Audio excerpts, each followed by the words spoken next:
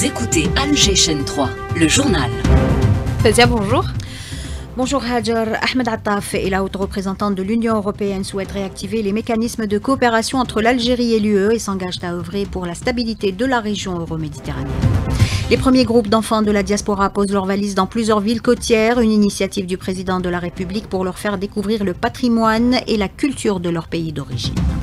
Voyager sans quitter le pays, une seule adresse, le palais des expositions d'Alger où se tient jusqu'au 15 de ce mois le Salon international du tourisme et des voyages.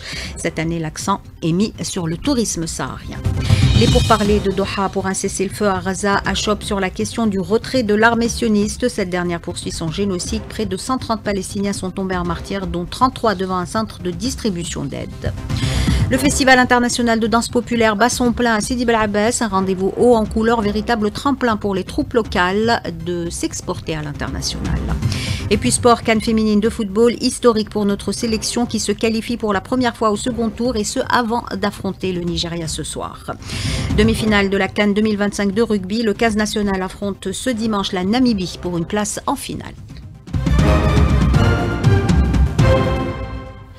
Madame, Monsieur, bonjour et bienvenue dans cette édition. L'Algérie et l'Union européenne réitèrent leur volonté de renforcer le dialogue. Lors d'un échange téléphonique, le chef de la diplomatie algérienne et la haute représentante de l'UE pour les affaires étrangères et la politique de sécurité ont passé en revue les relations bilatérales, notamment l'accord d'association qui lie les deux pays. L'occasion pour Ahmed Attaf de mettre en avant la nécessité d'activer le Conseil d'association, principal cadre de dialogue pour traiter les questions politiques et économiques communes. Les deux parties ont également échangé sur la coopération multilatérale dans le cadre de la future charte pour la Méditerranée. L'Algérie renforce le lien avec sa jeunesse à l'étranger. Une rencontre virtuelle inédite organisée avec notre ambassade à Moscou a permis à de jeunes membres de la diaspora d'échanger avec les ministres Sofiane Chaïb et Mostafa Hidaoui, respectivement secrétaire d'État auprès du ministère des Affaires étrangères chargé de la communauté nationale établie à l'étranger et ministre de la jeunesse. L'initiative vise à renforcer les liens entre la mère patrie et sa jeunesse de la diaspora. D'autres rencontres du genre sont prévues prochainement.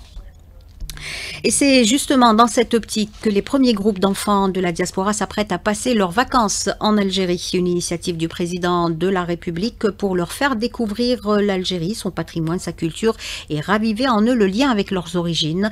Ils étaient donc 2000 enfants et 200 accompagnateurs à atterrir hier à l'aéroport international Houari Boumediene. Les yeux brillants d'émotion, certains foulent pour la première fois la terre de leur pays d'origine. Smaïl Mimouni les a rencontrés. On est venu à Alger. Le voyage s'est super bien passé. Merci beaucoup pour cette colonie. J'espère qu'ils vont continuer à faire des colonies comme ça. Déjà l'année dernière c'était super. Très bon accueil, c'est bien organisé. Je suis vraiment heureux de revenir dans mon pays. Franchement ça fait du bien. Très très bon accueil. L'Algérie c'est le pays, il n'y a pas mieux pour moi. J'ai pas les mots. Découvrir mon pays ça va être une nouvelle fois incroyable. Fier d'être algérien et je le dis, Tahia al-Jazair. Un programme riche et varié leur a été concocté entre activités culturelles, ateliers éducatifs et découvertes historiques. On écoute le ministre de la Jeunesse, Mostafa Hidaoui. Nos enfants partageront un programme commun avec leurs amis et leurs proches, les enfants et les jeunes d'Algérie qui profiteront des camps d'été et d'un riche programme touristique qui leur permettra de découvrir leur mère patrie ainsi que son illustre histoire. Les préparatifs et la mise en place de ces camps a été exceptionnel par son efficacité. Ce riche programme qui vient en application des instructions du président de la République. Un programme en collaboration avec les différents secteurs partenaires. Nous remercions la Grande Mosquée de Paris qui a veillé à la préparation et l'organisation de toutes les phases en amont de ce voyage en France et en Europe. Je vous propose à présent d'écouter le chef de la délégation et représentant de la Grande Mosquée de Paris, Abdelkader Aousedj. On a commencé à acquérir une expérience, on a commencé en 2023. C'était quelque chose de nouveau pour la communauté parce que depuis l'existence de l'amicale, on n'a pas vu ce genre d'échange et de coopération, ça veut dire de ramener des enfants de l'étranger pour passer des vacances dans leur pays d'origine. Donc on leur fait profiter de visiter leur pays d'origine pour montrer que ce pays c'est un grand pays. Il ne faut pas connaître le pays à travers les médias étrangers, il faut le connaître à travers la réalité, l'accueil chaleureux qui nous a été réservé. Et franchement, ça nous rend fiers d'être Algériens, ça nous rend fiers de notre pays et surtout un grand merci à ce grand président. Des propos recueillis par Smaïl Mimouni. Oran accueille également 51 enfants de la diaspora. Ces derniers séjourneront à l'auberge de jeunes de Cap-Falcon. On écoute un des accompagnateurs au micro de Mohamed Hamza Belmadani. C'est de faire découvrir le pays à la diaspora algérienne de France. On a 51 enfants pour 6 adultes avec un directeur. Le programme, c'est il y a un planning qui est mis en place par les animateurs locaux de manière à faire des visites culturelles et cultuelles, de manière à ce que la diaspora puisse découvrir le pays. Même topo à Gigel où un premier groupe d'enfants est arrivé hier en attendant le second en août prochain. Les impressions de 2 d'entre eux recueillies par Abdelhamid Zoued. On est venu découvrir la culture algérienne. On visite avec la mosquée de Paris. Tout a été financé par le président Abdelmajid Tebboune. On le remercie et shukran. Bonjour, alors je suis Sophia Leidouni, je viens de Paris. Je suis venue avec la mosquée de Paris à Gigel. Vous voulez voyager sans quitter le pays, une seule destination, le Palais des Expositions des Pins Maritimes, où se tient jusqu'au 15 juillet courant le Salon international du tourisme et des voyages. L'événement qui met en lumière l'offre touristique nationale, notamment le tourisme saharien, a été inauguré par la ministre du secteur. 200 exposants prennent part à cette édition. Ils proposent de nombreuses offres à même de promouvoir la destination Algérie. Smaïl Mimouni. Le CITEF 2025 est marqué par une diversification et une panoplie d'offres pour les estivants et par plusieurs opportunités à saisir devant les investisseurs. DZ-Trip, une plateforme numérique nouvellement créée, permet de réserver sa destination. Labdouni Abou Bakr, son fondateur. C'est une plateforme de réservation 100% algérienne qui fait les réservations d'hôtels, dans les transferts, dans les voyages organisés, pour faciliter aux clients de faire les réservations en ligne et trouver toutes les offres disponibles. La promotion du tourisme saharien est aussi présente. Mesoudan Mohamed Riyad, gérant de l'agence Abaraka Explore, est spécialiste en la matière. C'est une agence qui est spécialisée dans le tourisme saharien à travers la promotion de produits, bien sûr en utilisant des méthodes digitales pour être à la page. Donc le but c'est de faire connaître l'ambiance saharienne pour les touristes algériens vivant en Algérie ou là les Algériens de la diaspora algérienne. Idem pour la formation dans le domaine du tourisme. Ahmed Machani, représentant de l'Institut national de l'hôtellerie et du tourisme de Boussaada. Chaque année, on participe au CITEF pour exposer notre produit, la formation. On forme dans le BTS tourisme et le BTS hôtellerie. On fait des promotions chaque année jusqu'à 100-120 étudiants qui sont prêts à être sur le marché du travail. Et cette formation, elle est gratuite. Ils sont pris en charge déjà les jeunes, ils sont logés, nourris. Et puis, c'est un métier aussi d'avenir. Le CITEF se poursuit jusqu'au 15 juillet en cours au Palais des Expositions d'El Mohammedia d'Alger. Et parmi les offres proposées, des remises sur les séjours. C'est le cas du groupe étatique HTT, Hôtellerie, Tourisme et Thermalisme, qui propose jusqu'à 20% de réduction. Melika Moulfi, directrice du partenariat de la formation et de la communication du groupe, en parle à Smaïl Mimouni. On est là au CITEF pour promouvoir nos offres en matière de tourisme balnéaire. Nous avons des formules spécialement dédiées aux familles. On a essayé de s'adapter à toutes les bourses, contenter les familles à entre 4, 6, 8 personnes avec l'ajout de matelas supplémentaires. On a activé une tarification avec des gratuités pour les enfants de moins de 5 ans, 50% pour les enfants de moins de 12 ans. On a essayé aussi de réduire les prix au maximum pour que tous les citoyens algériens puissent profiter de leurs vacances et profiter de leur été. On peut aller même à l'heure actuelle des réductions qui vont de 10 à 20%. Ouverture ce dimanche des inscriptions en première année primaire. L'opération concerne les enfants nés entre le 1er janvier et le 31 décembre 2019 non encore inscrits. Elle se fera exclusivement en ligne via la plateforme numérique aoulia.education.dz. Les parents doivent remplir le formulaire numérique, choisir l'établissement scolaire, puis imprimer le formulaire et le reçu de validation. Depuis Sétif, le ministre de l'Enseignement supérieur se félicite du bond qualitatif accompli par l'université algérienne, désormais considérée comme véritable locomotive du développement national.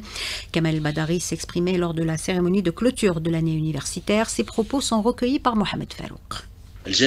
Nos universités, qui accueillent des dizaines de milliers d'étudiants, voient un contingent aussi important être diplômés en fin de leur cursus. Des diplômes qui facilitent leur intégration dans la vie active, car l'université, au-delà de son rôle de transmettrice du savoir, œuvre à établir des ponts entre la sphère des études et celle de la vie active. Une université du savoir et d'employabilité. Une approche initiée par les instructions du président de la République qui conçoit l'université non seulement comme un lieu d'études, mais aussi celui d'entrepreneuriat et de la création de start-up et de micro-entreprises, ce qui octroie à l'université une valeur ajoutée indéniable à l'économie nationale. Prévention contre les intoxications alimentaires en été, une campagne de sensibilisation est lancée à travers le pays par le ministère du Commerce extérieur. Les équipes de contrôle se déplacent au niveau des plages, des commerces, restaurants et autres points de vente de boissons et de glace. Le ministère invite également les citoyens à signaler toute infraction pouvant nuire à la santé. Les pourparlers de Doha pour un cessez-le-feu à Gaza achoppent sur la question du retrait de l'armée sioniste. Le Hamas rejette le plan de retrait des troupes sionistes de l'enclave, affirmant que l'entité s'en tient à une carte qui prévoit le maintien de ses forces sur plus de 40% de la superficie de Gaza. Le génocide se poursuit. Près de 130 Palestiniens sont tombés en martyrs, dont 33 devant un centre de distribution d'aide. Cette agence onusienne ont averti dans une déclaration commune que la pénurie de carburant à Gaza avait atteint un niveau critique et constituait un nouveau fardeau insupportable pour une population au bord de la famine. Et au Royaume-Uni, une soixantaine de députés travaillistes appellent le gouvernement à reconnaître immédiatement l'État de Palestine et à intervenir pour empêcher l'entité sioniste d'expulser de force les habitants de Rafah. Ils dénoncent également un plan qualifié de nettoyage ethnique et exigent une action urgente face à la situation humanitaire préoccupante à Gaza. Le président sahraoui et secrétaire général du Front Polisario appelle l'ONU à respecter ses engagements envers le Sahara occidental. Brahim Ghali dénonce la répression marocaine, le pillage par le Marzen des ressources naturelles ainsi que sa politique de déstabilisation de la région en soutenant le trafic de drogue et les groupes criminels et terroristes. Retour chez nous, direction Sidi Bel Abbès où se poursuit le Festival international des danses populaires. En plus des spectacles, cette manifestation constitue également un tremplin pour les troupes locales qui aspirent à s'exporter au-delà des frontières. Inès Mohamed.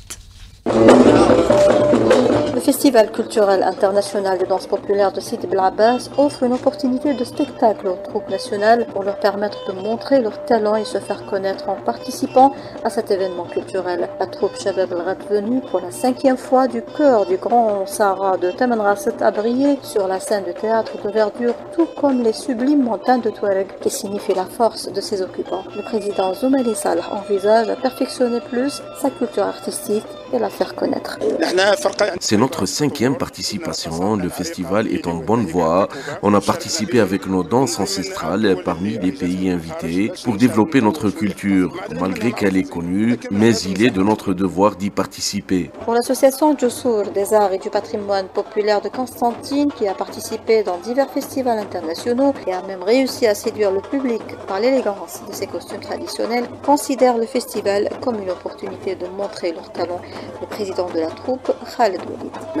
C'est notre 4e participation au Festival international des danses populaires. Il brille à nouveau avec un nouveau souffle grâce aux organisateurs qui sont à pied d'œuvre pour nous garantir tout le confort possible. D'autres troupes locales ont marqué leur présence, comme la troupe de l'association Ahl El-Blad de Sidi Bel Abbès qui a fait vibrer la scène par des rythmes de la chanson bédouine El Alaoui. De Sidi Bel Abbès, Inès Mohamed pour Al-Jachin 3. Du sport pour terminer avec tout d'abord la CAN féminine de football. C'est historique. La sélection nationale se qualifie pour la première fois au second tour et ce avant d'affronter le Nigeria ce soir. Le 11 national est assuré de terminer comme meilleur 3e après la défaite 3-0 des Sénégalaises qui restent à 3 points. Rappelons que l'Algérie compte 4 points avant son dernier match demi-finale de la CAN de rugby. Le 15 national joue ce dimanche à midi face à la Namibie. Les Verts visent une 2e finale de suite et puis finale de la Coupe du monde des clubs de football. Elle mettra au prix ce soir Chelsea au PSG. Coup d'envoi de la rencontre 20h. 8h14 sur Al-Jachin 3. C'est la fin de ce journal réalisé par Aïssa Abdelrahman. Yassine était à la console technique, Nesrine à la régie d'antenne et Yassine au streaming vidéo. Tout de suite, c'est Hajar Masoudi pour la météo.